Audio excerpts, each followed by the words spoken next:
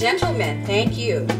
Thank you, Sandra. Thank you. It's good to see you again. Yes, Sister Sandra. I want to dive right in. This is exciting material, exciting work, and I'll start by asking your exploration into the lives of Americans who are struggling with financial challenges, whatever they are, has actually resulted in what you're calling a poverty manifesto. Now we're here at the last stop on your 10-city tour. Evaluate the risk and the reward of this endeavor. It's a deep question. It is. All Sandra's questions are going to be that way, so get ready for that. She's like this all the time. Oh, I remember. I do recall. No, I think that I'll start with the joys, because it's just a joy to meet such magnificent people on the tour itself. We've met young people, older people, all colors. We've been deeply inspired by both their presence and their stories and the interactions that we have. And I think the only costs have been the death threats. That's about all. Speak to those. People want to kill us and we want to live. The title, The Rich and the Rest of Us, implies and perhaps underscores a constant class and caste struggle or identity in our country. There's no getting around that. Is your goal to redefine the relationship between the haves and the have-nots? Redefine, yes, if we mean by redefine, shrink the gap. There are those who we take on in this new book, The Rich and the Rest of Us. We take persons on who want to redefine poverty, people like the Heritage Foundation, want to redefine poverty, or what it means to not be poor, I should say. So Heritage Foundation argues that you are not poor if you are obese. You are not poor if you have a refrigerator where you live. You are not poor if you have a microwave. You are not poor if you have a cell phone. These are the kinds of things that some of these conservative think tanks are doing to try to redefine poverty.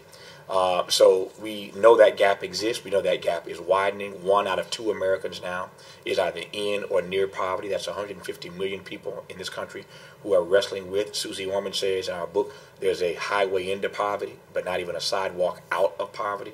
So yes, we want to redefine that relationship. We call in this book for fundamental fairness.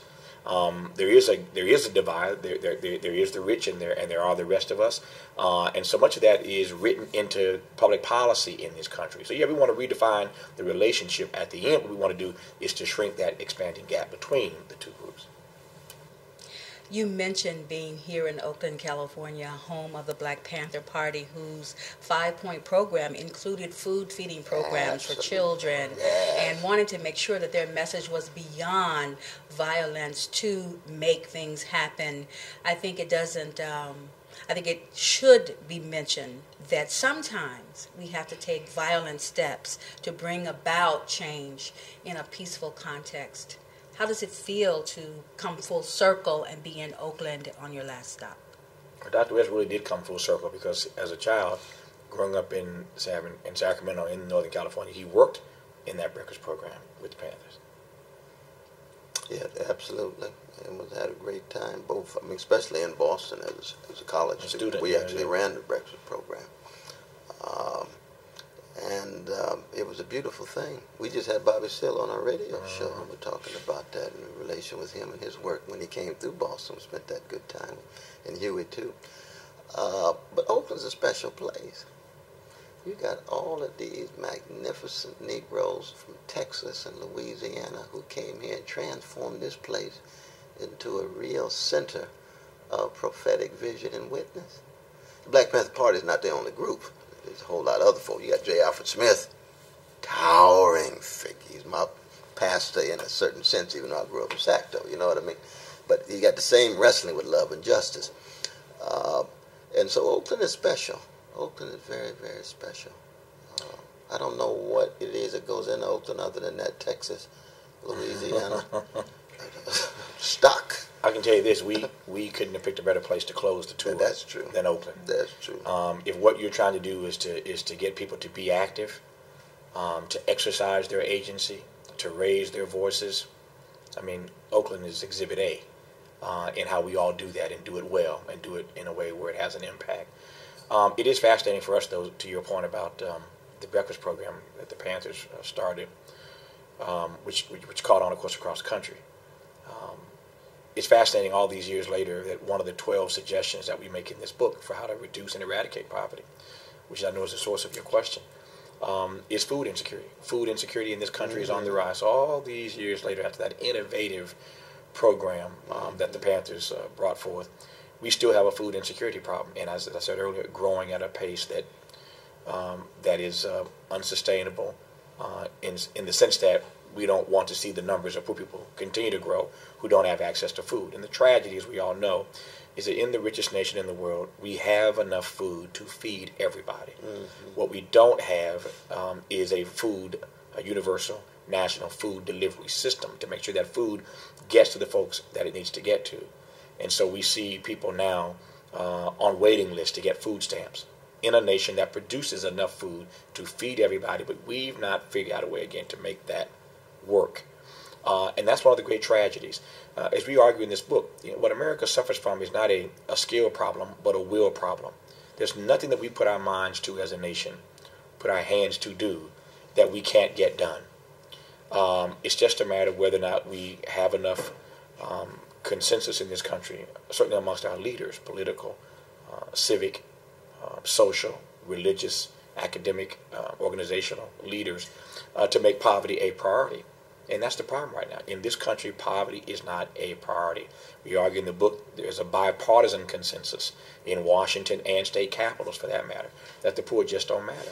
So whenever we get serious about reducing and eradicating poverty, when we get serious about making poverty a priority, we can do this.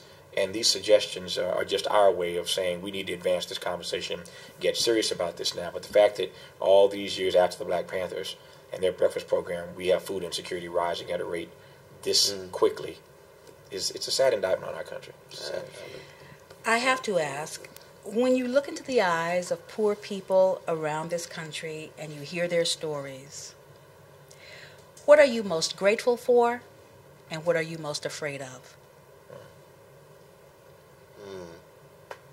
Well, I'm grateful that they still have the strength to tell their stories, and usually they do it with a level of fortitude and determination. We didn't meet any poor folk who had just completely given up, even when we slept on the streets in Washington, D.C. They still had dreams. They still had hopes. They still had visions. My brother ended up in Duluth, Minnesota. We just had him on the radio show. Tavarius. Yeah, Brother Tavarius was sleeping on the streets there this summer. I'm afraid that the country is imploding, that the internal rot is growing like a cancer. And if we don't attend to it soon, we're going to reap what we sow. This book, The Rich and the Rest of Us, is not only eye-opening, but it calls us to action. It compels us to ask ourselves, what should we do? You've laid out a tremendous amount of information. You've given us directives on how to move it forward. How will you measure the success of our transformation using this book as a tool? It's a very good question, as all your other questions are. There are a number. Let me offer three for the sake of time, in no particular order. Number one, we already feel that we have been successful to a particular degree because the conversation is taking hold. When you have Paul Ryan, who's the Republican chairman of the House Budget Committee, who felt compelled in the midst of this tour to give a major policy speech at Georgetown, laying out what the Republican plan is on poverty, which we found lacking in a lot of ways.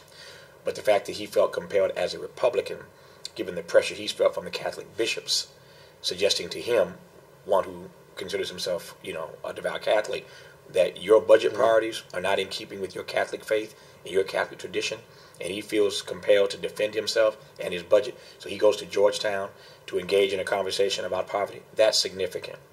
When most of the major talk shows, and I mean on the left and the right, I mean Bill Maher and Piers Morgan to Sean Hannity and Bill O'Reilly are talking to us about the text and about poverty.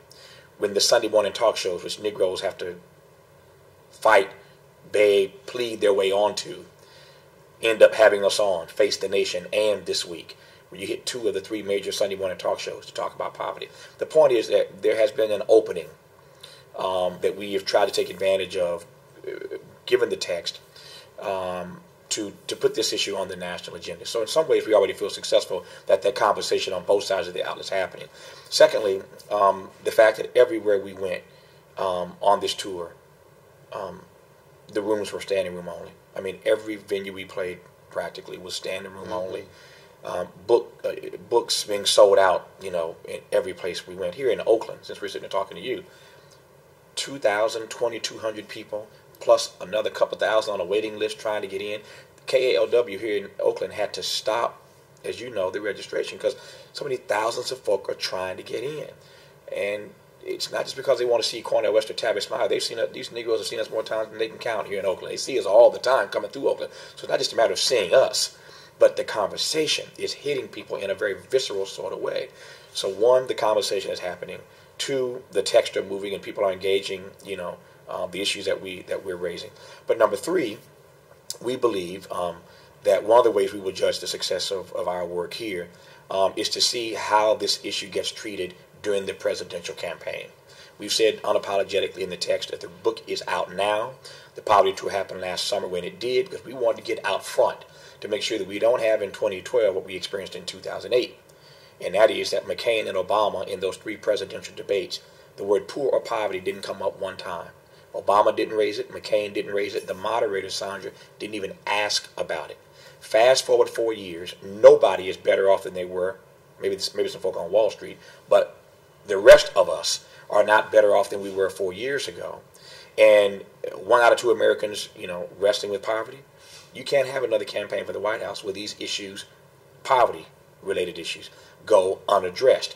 And so I think that we're going to see some conversation about that going. Mr. Romney's already on record saying, I don't care about the very poor, So there's going to be some serious tension, I think, and some serious conversation about this issue of poverty this time around if we have anything to say about it. Absolutely. Absolutely. I agree with that. Thank you, gentlemen. Thank you. Thank you so much. This got to be